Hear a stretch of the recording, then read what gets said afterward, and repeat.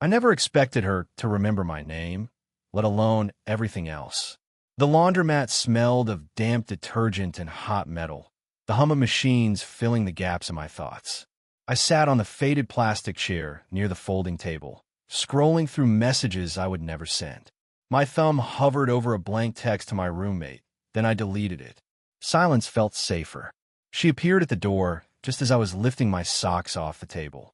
I hadn't planned to see anyone I knew tonight, but there she was carrying a grocery bag in one hand, a set of keys dangling from the other. Her hair caught the light in a way that made the fluorescent bulbs feel soft, almost warm. "Hey," she said, voice low, careful, like she didn't want the machines to overhear. Hey," I answered. My words sounded smaller than usual. I noticed my hands twisting in my lap. She smiled, but it wasn't the kind of smile people flash at neighbors. It lingered at the edges of her eyes, in the subtle twitch of her fingers as she adjusted the strap of her bag. "You always fold the socks first," she asked, tilting her head. I realized she had been watching me. Not the machines, not the floor.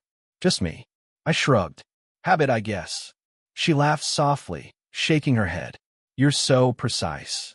I didn't know what to say. I wanted to tell her she didn't need to notice. That noticing felt dangerous. Instead, I folded my socks slower, letting her eyes trace the movements. I noticed the tiny ring she wore on her left hand, the way her thumb brushed the bag strap when she shifted weight. I had seen her before, of course. She was my friend's mom, the kind of presence you pass in the hall without thinking twice. But tonight, she seemed different, lighter somehow, though the light in her apartment always stayed on too late. "Coffee?" she asked suddenly, and I blinked. I just grabbed a latte from downstairs. "Want one?" I hesitated. I always hesitated. "Sure, thanks." She leaned against the folding table, her bag settling on the floor. For a moment, we just existed in the same small space. The clatter of machines, the spin of a drum, the hiss of the dryer. My eyes flicked to her hands. Her hands flicked toward her cup. No words, just motion. "You always come this late?" she asked. "Mostly," I said. "Fewer people. Quieter." She nodded, as if she understood entirely. And maybe she did.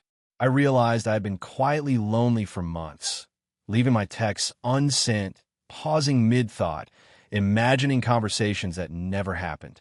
No one noticed. But tonight, maybe someone did. We sipped our coffee. I tried to focus on the warmth of the cup, but it was her gaze that burned a slow, quiet path across my chest. I wanted to ask a dozen questions, none of which mattered. I wanted to say something, anything, that wouldn't make me sound foolish.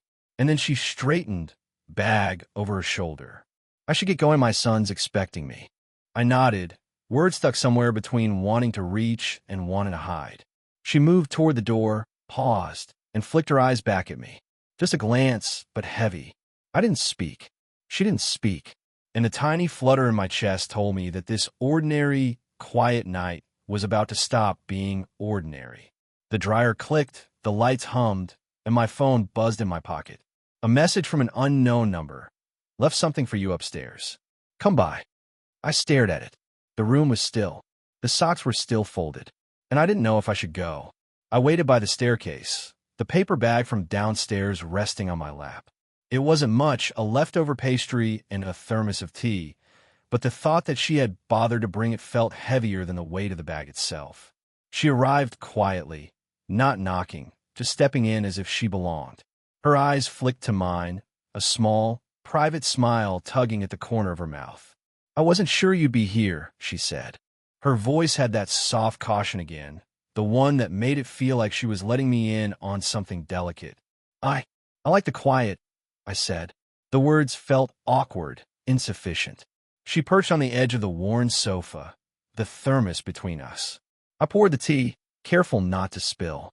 Steam curled into the air, curling around her, around us. "You're careful," she said. Not a tease, just an observation. "Habit," I muttered. For a moment, we sipped in silence. The kind of silence that isn't empty. It's full, almost suffocating with things left unsaid. I wanted to ask her why she came, why she looked at me like she already knew the answer to questions I didn't dare speak. Finally, she spoke quieter this time. "I used to work nights when my son was little. coffee shops, diners, strange hours.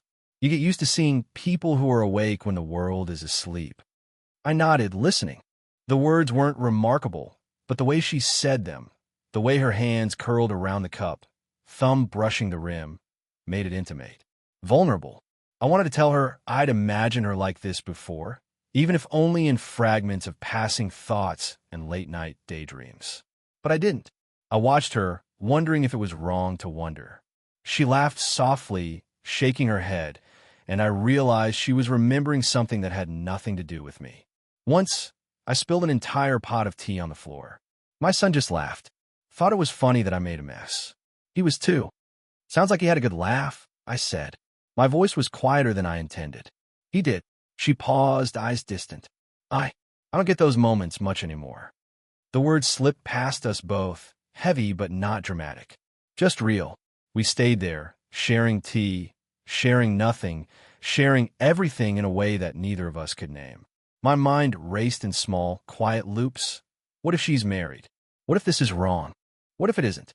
I noticed her hand as it brushed mine, almost accidental, almost nothing, as she reached for the thermos again. My chest tightened. I wanted to freeze time, hold onto the small gravity of that gesture. Careful, she said softly, not realizing how she sounded, or maybe realizing perfectly. I smiled, or tried to. The corners of my mouth lifted, unsure, and she caught it, that tiny, uncertain smile, and returned it with one of her own, brief, weighty, electric in its simplicity. The moment didn't scream of romance, didn't announce itself as anything. But when her gaze lingered just a little longer than necessary, when her fingers brushed the handle of my cup again, I knew that something had shifted. Something forbidden, and yet irresistible, had quietly begun. I didn't expect to see her again so soon. The note, just a folded slip of paper, nothing fancy, had been enough to pull me upstairs. My heartbeat felt loud in the quiet apartment, louder than the hum of the radiator. She was sitting on the edge of the couch, legs crossed, phone in her lap. She looked up when I entered, expression carefully neutral. But her eyes were always the giveaway, tracing me before I even had a chance to hide. "Thought I'd check if you liked the tea," she said softly. I nodded, moving closer. The bag of pastries crinkled in my hand, and she flinched, or maybe it was just me imagining it. I set it down on the small coffee table. Her hand lingered near mine as she reached for a napkin. I wanted to let my fingers brush hers just for a second, but I pulled back, hesitated. I started and stopped. What could I say? It felt like every word would be too much or not enough. She didn't push. She sipped her tea, eyes on the cup, shoulders relaxed but not completely. Something about the way she held herself said she was holding back, and maybe so was I. A knock at the door made us both jump. My stomach tightened. I recognized the voice instantly, my friend. "Hey, sorry, forgot my charger," he said, breezing in unaware. He gave a casual wave and flopped onto the armchair, earbuds dangling. We froze, the moment broken. She offered a polite smile, tilting her head, and I felt the air between us shrink to almost nothing. My pulse slowed, but only just. When he left a few minutes later, she didn't say anything, just exhaled and folded her hands in her lap. I realized I had been holding my breath. "I don't usually have company," she said finally, voice low, almost reluctant. I nodded, trying not to stare too much. My eyes flicked to her lips, just for a moment, long enough to notice the softness, the curve, before I looked away, embarrassed. "Guess that makes two of us," I muttered, voice trailing. We sat in silence for a while. The kettle hissed faintly in the kitchen. I felt a sudden urge to reach across the table, to touch her hand, to ask her to stay a little longer, and then stopped myself. Her glance flicked up. For a heartbeat, our eyes locked. Something unspoken hovered there, heavy, fragile, like it could shatter or ignite. My chest tightened. She shifted, hand brushing her hair back, a small, nervous gesture. I imagined leaning closer, just enough to feel the warmth of her breath.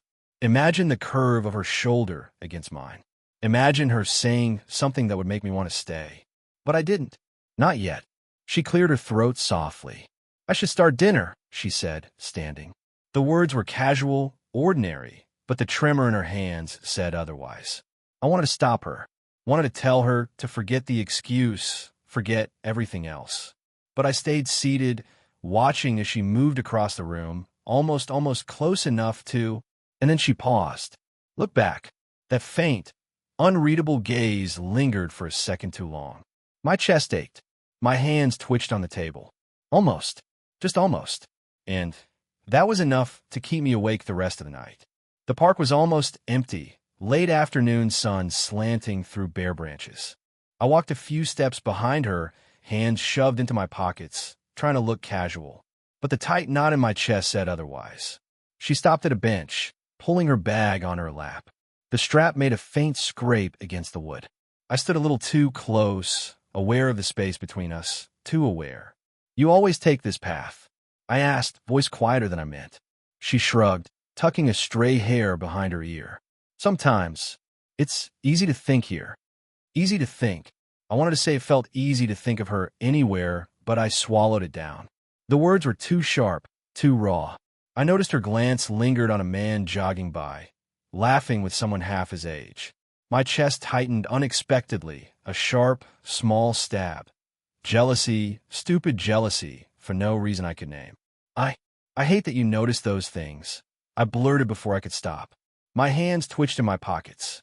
She looked at me, startled, brow slightly raised. I notice everything, I added quickly, because otherwise it sounded worse. Even you. Her lips parted, just a fraction. Not in surprise, not in response. Just a pause, like she was holding herself steady against something she didn't want to admit. She started, then stopped.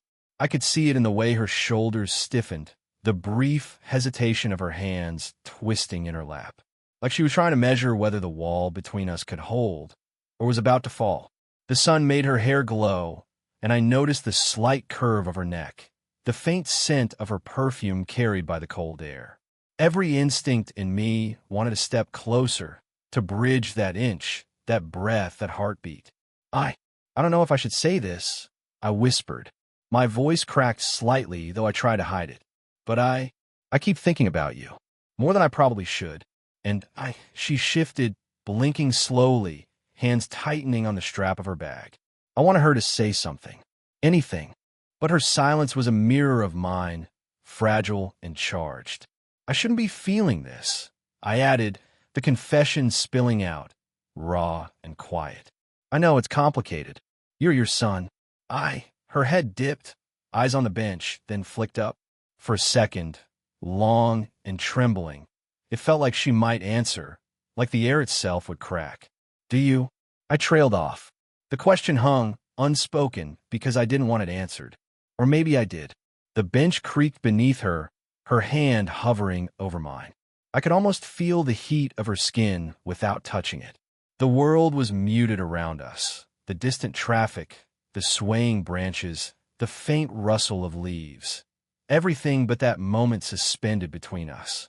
I wanted to reach out. I wanted to ask if she felt it too. If the longing, the ache, the almost unbearable gravity of being near her was mutual. But I stayed frozen, letting the silence do the talking, letting the pause stretch far longer than it should. And still I felt it, the quiet, unavoidable pull towards something neither of us could name yet. I took a shallow breath. Do you ever stop thinking about it? I asked, voice barely more than a whisper, though I wasn't sure if I meant the thought, the risk, or her. She didn't answer. Not yet. I walked up the familiar stairs, expecting her smile, the faint scent of her perfume, the quiet hum of her apartment. But tonight, the door was closed. Locked even. I waited, foot tapping on the worn steps. My bag felt heavier than usual, stuffed with nothing but hope I couldn't quite place. I tried her number. No answer. Again and again. Each unanswered call felt like a small weight pressing into my chest, though I told myself it wasn't panic. Just waiting. The next day, I went to the cafe downstairs. She used to stop by sometimes, tea in hand, a half smile playing on her lips. But she wasn't there. And when I asked the barista, they shrugged. Haven't seen her today. I imagined her at home, her hands folded over the kitchen table, her son asking for something trivial. I pictured her laugh, the one that had felt like permission to breathe easier, and my stomach twisted. And then I remembered the other truths she had never said aloud. She wasn't just a single woman living alone. She had history, exes, responsibilities, perhaps nights of regret tucked behind closed doors. Things I didn't know. Things I had ignored because I didn't want to see the wall she had built. The next evening, I showed up at her door, bag in hand, a pastry I thought she'd like. My knuckles hovered near the wood. My throat caught. And yet, I didn't knock. Couldn't. I wasn't sure if I wanted her to see me, or if I wanted to see her.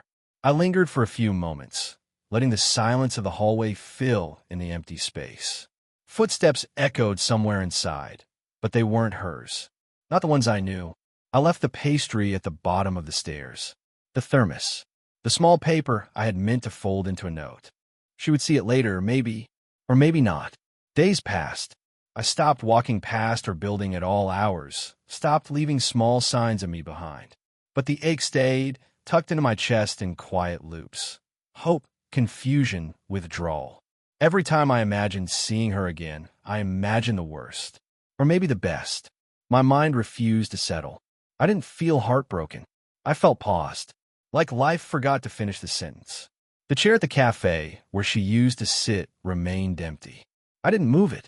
The thermos sat half full on the counter at her apartment. I didn't drink from it. And in that limbo, I waited for a sign. Something to tell me whether this, whatever this had been, had a place in the world beyond these stolen, quiet moments. Nothing came, but the silence wasn't absence. It was potential, dangerous, fragile, almost unbearable in its weight. I folded my hands on my lap, eyes flicking to the empty door, the empty seat, the empty air between what had been and what might never be. And I waited. The kitchen smelled faintly of garlic and warm bread. I had shown up without thinking, keys in hand, unsure if I even belonged here. She was stirring something in a pan, back to me, the light from the window catching her hair. I froze in the doorway, unsure if I should speak, unsure if stepping forward would make this easier or ruin everything. "Hey," I said finally, voice low. She didn't turn immediately, just a pause, a tilt of her head, like she was measuring whether she wanted to let me in. I stepped closer, hands shoved into my pockets, feeling the heat of the tile under my shoes. I didn't know if I should come, I admitted. The words were clumsy, unfinished, but they carried everything I hadn't said. She set down the spoon, wiped her hands on a towel, and finally looked at me. Her eyes were steady, open, but cautious. "You don't have to say anything," she whispered. I shook my head. I need to. I can't just keep thinking, waiting, not knowing. She swallowed, the faintest catch in her throat. I was afraid, she admitted, voice barely above a murmur. Afraid of how much it matters. The words weren't dramatic. It didn't need to be. They hung between us, heavy, raw.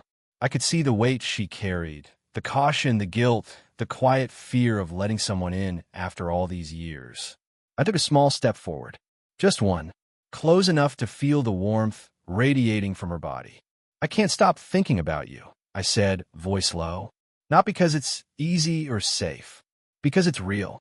And I don't want to be safe anymore. Not from this." She looked down, hands twisting the towel. A pause. Long, stretching out, where the world seemed to contract to the small kitchen, the smell of garlic, the faint steam from the pan. Finally, she raised her eyes. Just enough. Just a little. And I saw it there. Recognition, permission, something fragile and luminous. She took a slow step toward me, careful, measured. I didn't reach out. Didn't need to. Not yet. The air between us was electric in its restraint. Okay, she said softly. Just the word. Simple. Human. Not a confession, not a promise. But enough. I exhaled, long and quiet, letting the tension leak out of my chest. My hands unclenched. I smiled, almost awkwardly, because it felt impossible not to. Her lips curved slightly, faintly, a mirror of my own. Nothing more needed to happen. Not yet. Not to make it something bigger than it was.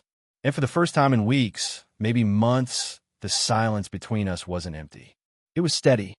It was ours. I stayed in that doorway, letting the warmth of the kitchen, the soft light, and the faint sound of her stirring wrap around me. And I realized, whatever happened next, we had crossed the quietest, most important line. We had finally said it. And that was enough. Weeks passed. Months, maybe. I stopped counting. The apartment felt different now. Hers and mine at once, in the quiet ways that mattered. A mug left on the counter, the faint scent of her tea in the morning, the way she always folded the napkin just so before sitting down. I still walk past the park bench sometimes, the one where we'd almost said too much, almost crossed the line. Now it felt ordinary again, not a reminder, but a punctuation mark in our lives. I remembered the sunlight through the branches, the crisp rustle of leaves, and I smiled quietly. Our routines shifted subtly. I'd make black coffee at 8:47 a.m., and she'd lean against the doorway, hair slightly mussed, one hand on the frame, watching me with that faint, careful smile. We didn't talk about the past in detail. Didn't need to. The shared silences said everything. She still laughed quietly at my quirks, the way I stirred my tea too slowly, the way I folded a napkin and left the corners imperfect. I noticed things about her I hadn't before. The slight tension in her shoulders when she thought no one was watching, the careful way she measured out her sugar. One evening, I found her at the counter, thermos in hand, stirring something quietly. She glanced at me, and for a moment, the world narrowed. No words were exchanged, just a look, a shared understanding that felt heavier than any confession. We had learned patience, learned the weight of almost, and somewhere in that quiet, everyday life, we had found a version of each other that worked. Fragile, yes, but steady. I remembered the first tea she poured for me, the pastry she left at my door when I didn't show up, the unsent texts I had carried in my pocket like tiny secrets. None of it was dramatic. None of it was loud.